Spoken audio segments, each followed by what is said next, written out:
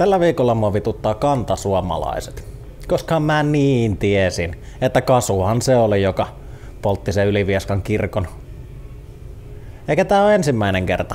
Kasuhan sekin oli, joka tappoi sen mukavan piispa Henrikin siellä Köyliönjärvellä. Ja arvatkaa vaan, kuka poltti Koroisten kirkon vuonna 1318. Eikä nää ole mitään yksittäistapauksia.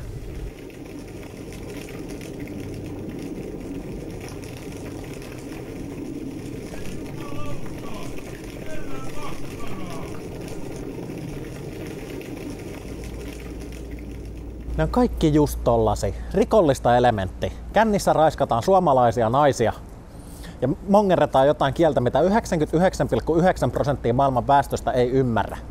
Nappiverkkareissa juodaan laihaa kahvia ja suomalainen perinneruoka ei kelpaa.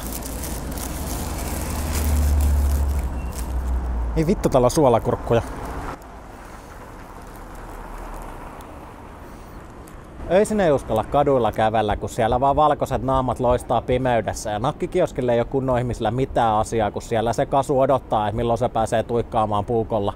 Ja jos ei sinne kukaan mene, niin sitten ne tappelee keskenään ja aiheuttaa poliisille ylimääräistä duunia. Ne vois mun mielestä kaikki pistää johonkin hissiin juttelemaan tuntemattomille. Päivää. Niille vois mun mielestä jakaa jotain kortsuja jossain kesäfestareilla.